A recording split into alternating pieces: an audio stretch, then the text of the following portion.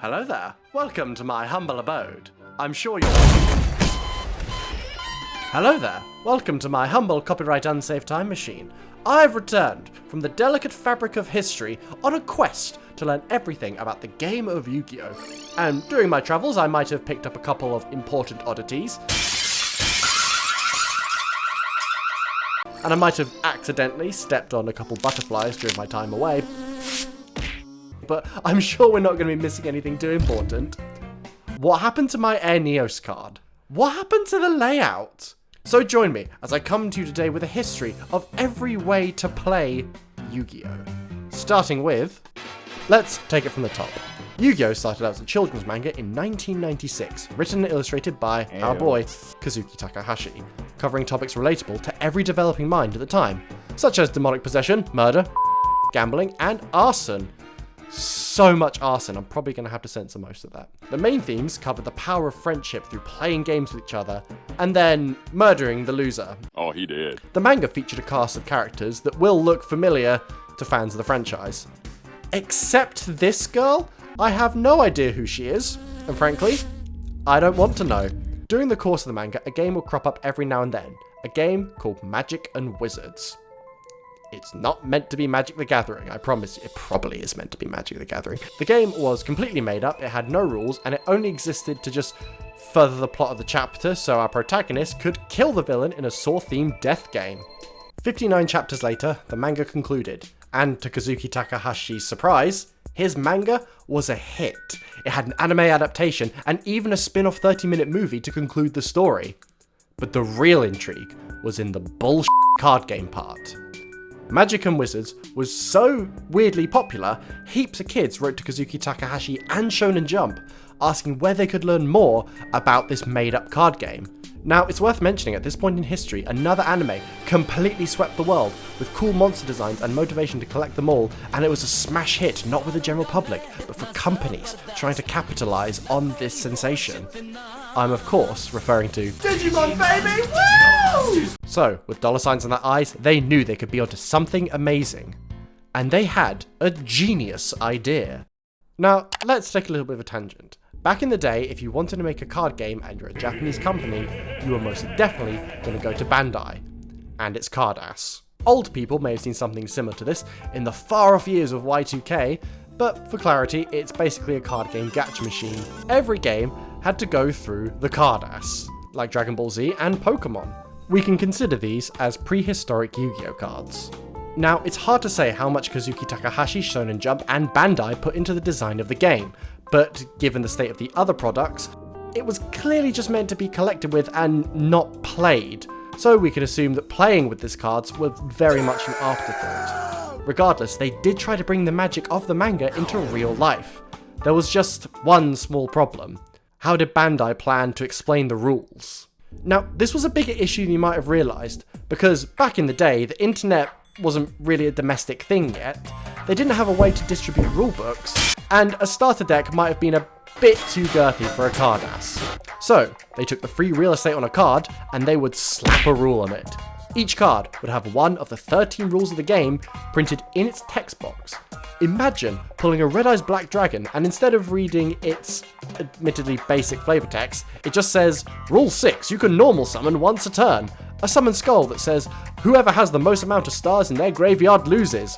A basic insect with, I have the right to bear arms. And hold on, that's not right. Oh my. When do we get the freaking guns? By the way, that stars thing, yeah, that's an actual rule of the game. The rules were a bit not properly explained, but what were the rules? Well, both players must use the same number of cards in their decks. Draw 5 cards from your deck to form your hand. Select one monster card from your hand and play it to start a battle. To determine the result of the battle, compare the attack of your attacking monster with the defense of the attacked monster.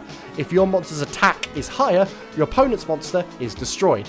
Even if you destroy an opponent's monster, if the defense of your monster is lower than the attack of your opponent's monster, your monster is also destroyed. When the battle ends, draw one card from your deck and you can end your turn. Each turn will continue like this until both players' decks are empty. Each player counts the total level stars of monsters they've destroyed. The player with the highest amount is declared the winner. If you have spell, trap, or equip cards in your hand, you can put them into play face down. You can activate your face down spell, trap, or equip cards at any point during a battle. When the effect of a spell, trap, or equip card is used, it is discarded. When a player's deck is empty, the duel will continue until the other player's deck is empty as well. Seems pretty straightforward. Any questions? Yeah, me too. One rule I'm sure a lot of you might have had some issue with was the one about deck size.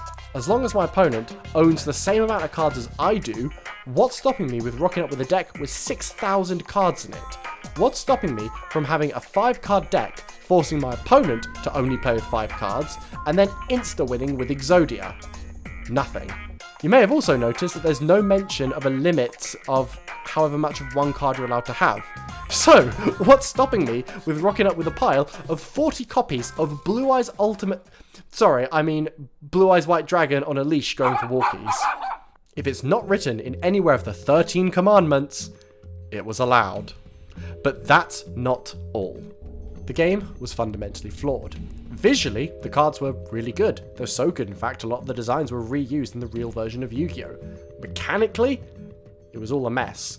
If we turn our attention to rules, the ones that explain battle, you could win actually quite a lot of fights with Mushroom Man. Mushroom Man beats 27.12% of monsters in the entire game. That's 32 out of the 118.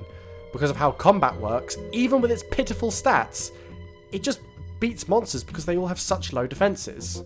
And because it's so low level, you don't really lose out a lot by having that destroyed in battle. It became an optimal card to use for beating a lot of monsters, while also not losing the game. Alternatively, if you have a whole deck full of Blue Eyes Ultimate Dragons, the only cards in the game that could beat it were Blue Eyes Ultimate Dragon, Blue Eyes White Dragon, or Black Meteor Dragon. The game was broken, but at least it was more playable than some modern Yu-Gi-Oh! Formats.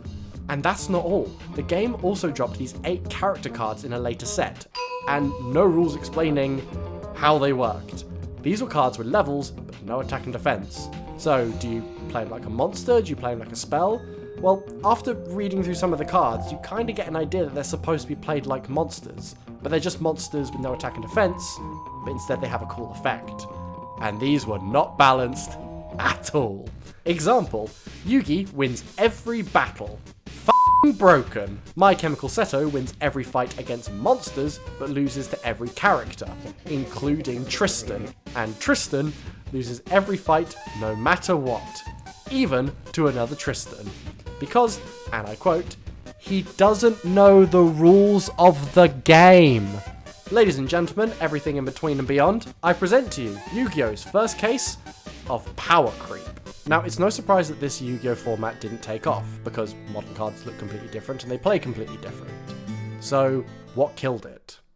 Video games. Believe it or not, even with a popular manga and anime about card games in Japan at the time just weren't very popular. Video games, on the other hand, were. They were the new kid in the block, and everyone wanted a bit of it. So, when Konami got rights to publish the Yu-Gi-Oh! Game Boy games, it was game over for Bandai. Yu-Gi-Oh! Duel Monsters and Yu-Gi-Oh! Capsule Monsters Breed and Battle were a smash hit in Japan. I mean, if you make a product about monsters breeding and you release it to the Japanese public, it's bound to be a hit, but anyway. Sir, here is a check with my name on it. Write down any number on this piece of paper and I will pay it.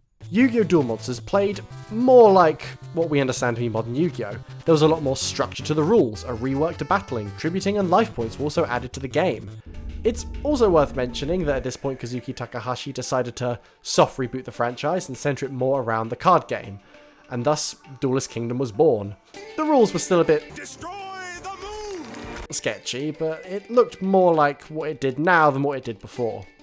The rework and structure to the game made it feel a lot more like you were playing the same games in the manga and anime, and of course, we all loved it. And with Duel Monsters being one of the most sold Game Boy games in Japan, Konami had a genius idea. Buy the rights to the card game. Konami fixed the rules to be more in line with the video game, and what we understand Yu-Gi-Oh! To be today, and they dubbed it the official Yu-Gi-Oh! Card game. The OCG, if you will. They called it that so you don't get mixed up with any other Yu-Gi-Oh! Game that existed before or after. By this point, Bandai had completely lost hold of Yu-Gi-Oh! And Konami had put the game on the map. Bandai did, however, learn from this. They now knew how to take better care of their card games, and then they went on to create the Digimon card game and the ever-rising in popularity One Piece card game, while Konami would continue to cultivate and develop the world's most popular and longest-standing trading card game that's ever existed. And that is the story of the Season 0 Bandai Yu-Gi-Oh! Card game. Now go on, get out!